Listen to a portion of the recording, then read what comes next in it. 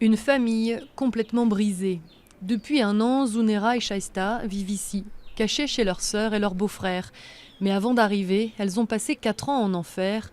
Emmenées à Dubaï par une voisine qui leur promettait du travail en tant qu'esthéticienne, elles se sont retrouvées dans une maison close sous la coupe de cette même femme, Aïcha. Il y avait d'autres filles pakistanaises à Dubaï. Ayesha a rasé la tête d'une fille qui refusait de coucher avec un client. Elle saignait de la tête. Elle l'a prise en photo, nous a montré la photo et nous a dit « Si vous refusez aussi, je vous ferai bien pire ».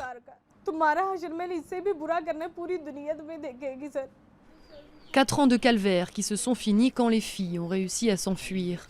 Mais le gang d'Ayesha ne l'a pas accepté et Zunera a pris 3 balles dans la jambe en punition.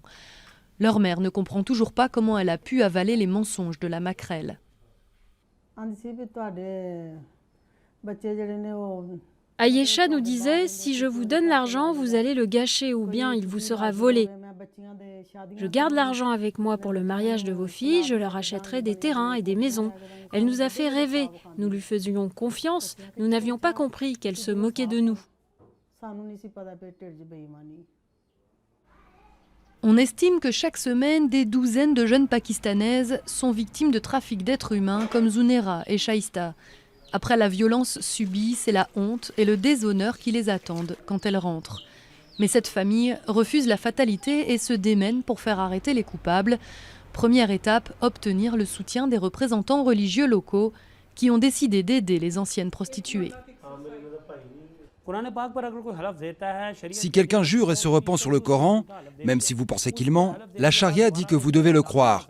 Si vous ne le croyez pas, c'est vous qui péchez. Voilà ce que dit la loi coranique. Côté légal, c'est plus compliqué. Les coupables, Ayesha et son gang, courent toujours. Sajad, le beau-frère des filles, ne les laisse pas tomber. Il passe chaque semaine dans les locaux de la police, étudier l'évolution du dossier. Mais il n'y a pas de collaboration entre les enquêteurs de Dubaï et ceux du Pakistan. Et selon l'avocat des victimes, ce n'est pas le seul frein à l'arrestation des coupables. Au Pakistan, tout le système d'enquête criminelle est paralysé parce que ceux qui devraient faire respecter la loi sont sous le contrôle des hommes politiques, qui sont eux-mêmes élus grâce à l'argent des gangs mafieux, comme celui-là.